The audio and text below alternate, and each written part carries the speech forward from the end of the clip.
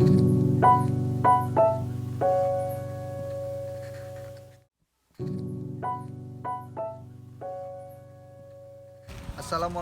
warahmatullahi wabarakatuh. Perkenalkan, saya Agi Rajadepati dengan NIM 2011901441.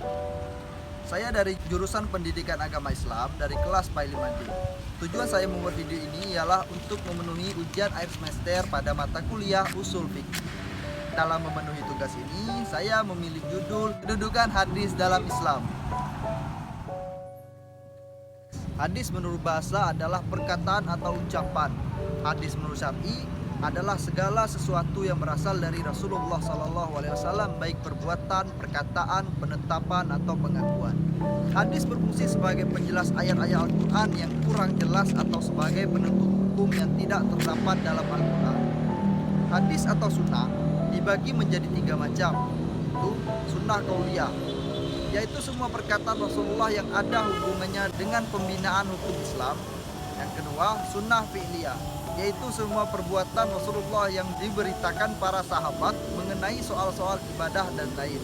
Yang ketiga, yaitu sunnah takriyah, segala sesuatu yang berupa ketetapan Nabi Muhammad SAW, apa yang datang dari sahabatnya. Nabi Muhammad membiarkan sesuatu perbuatan yang dilakukan oleh para sahabat setelah memenuhi beberapa syarat, baik mengenai pelakunya maupun perbuatannya. Ulama usul fikih menetapkan perbuatan Nabi terbagi atas beberapa bagian.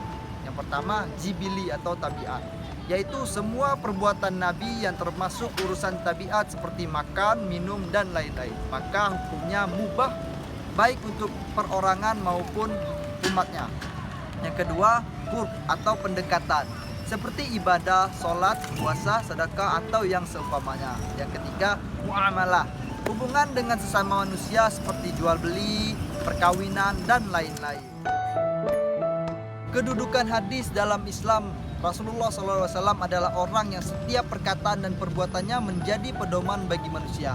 Karena itu beliau maksum, senantiasa mendapat petunjuk Allah Subhanahu wa Ta'ala. Dengan demikian, pada hakikatnya sunnah Rasulullah adalah petunjuk yang juga berasal dari Allah, kalau Al-Quran merupakan petunjuk yang berupa kalimat-kalimat jadi yang isi maupun redaksinya langsung diwahyukan Allah. Maka sunnah Rasul adalah petunjuk dari Allah yang diilhamkan kepada beliau, yaitu baginda. Kemudian beliau menyampaikannya kepada umat dengan cara beliau sendiri. Kami telah menurunkan peringatan atau Al-Quran kepada engkau, Muhammad, supaya kamu menerangkan kepada segenap manusia tentang apa yang diturunkan kepada mereka. Quran Surah An-Nahl ayat 44. Ayat-ayat di atas menjelaskan bahwa sunnah hadis merupakan penjelasan Al-Quran. Sunnah itu diperintahkan oleh Allah Subhanahu wa Ta'ala untuk dijadikan sumber hukum dalam Islam. Dengan demikian, sunnah adalah menjelaskan Al-Quran, membatasi kemutlakannya, dan mentakwilkan kesamarannya. Allah menetapkan bahwa seorang mukmin itu belum dapat dikategorikan beriman kepada Allah Subhanahu wa Ta'ala sebelum mereka mengikuti segala yang diputuskan oleh Rasulullah SAW. Dan dengan putusannya itu, mereka merasa senang.